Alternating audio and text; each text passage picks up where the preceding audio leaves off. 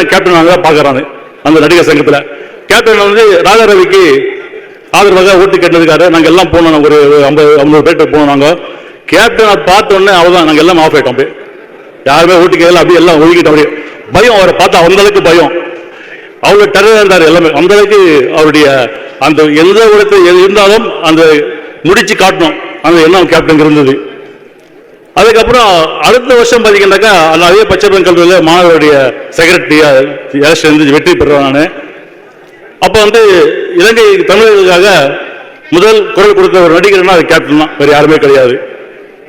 D நகரில் 88 நினைக்கிறது, 88 உண்ணாவிரதம் பாராட்டம் கேப்டன் தலைமையில், பெரிய உண்ணாவிரதம். அப்போ என் தலைமையில் நாங்கள் வந்து பச்சைப்பங்கள்லேருந்து ஒரு 200 பேர் கூட்டு போயிட்டு அந்த உண்ணாவிரதம் நாங்கள் கலந்து கொண்டாங்க. அது இந்த நேரத்தில் நான் ரொம்ப பெருமையாக நினைக்கிறேன். ஏன்னா எந்த ஒரு நடிகரும் செய்யாத எங்கள் மாமா பண்ணியிருக்காரு, அது எனக்கு ரொம்ப பெருமை எனக்கு.